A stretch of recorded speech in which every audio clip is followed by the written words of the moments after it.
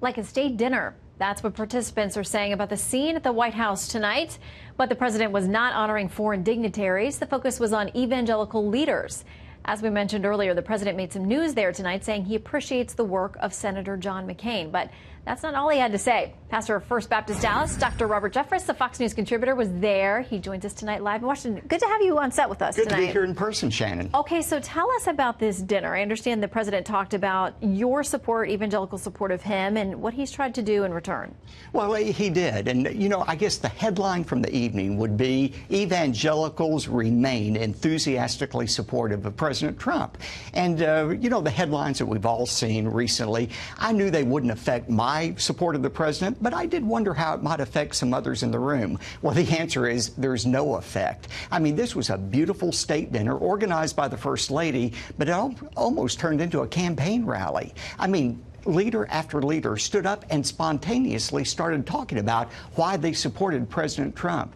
And Shannon, I know a lot of people are still perplexed. Why are Christians so supportive of Donald Trump? Well, it's really not that hard to figure out when you realize he is the most pro-life, pro-religious liberty, pro-conservative judiciary in history, and that includes either Bush or Ronald Reagan.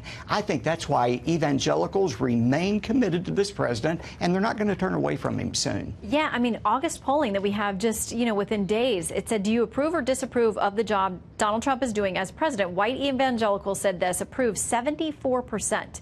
25% disapprove, don't know, 2%.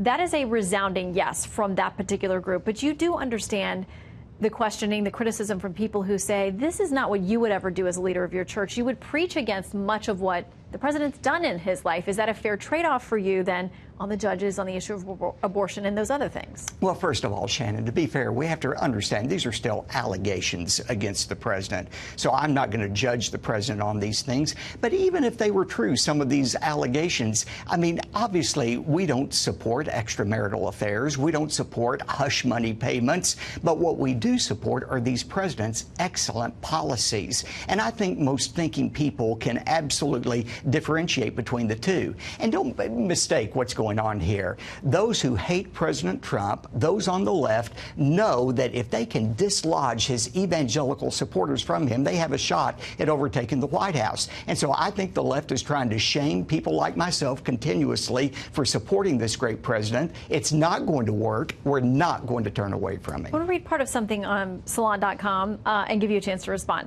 They said this, that there's a double standard where straight white men can do whatever they like and everyone else must face a stern crackdown on sin.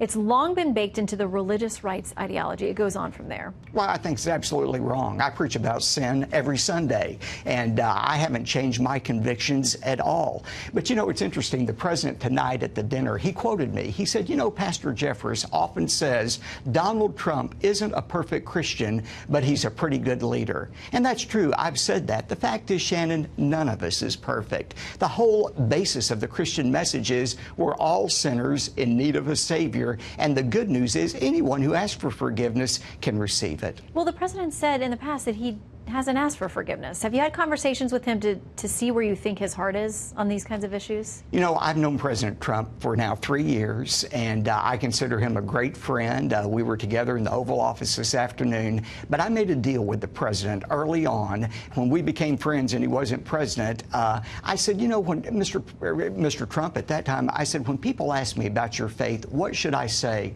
He said, Robert, you can tell people my faith is very important to me, but it's also very personal with me. So I never go beyond that in talking about it. Well, you make a good point that we are all in need of forgiveness at some point, and for me, every day. Pastor Jeffress, thank you for joining us. Good to see you tonight. Thanks, Shannon.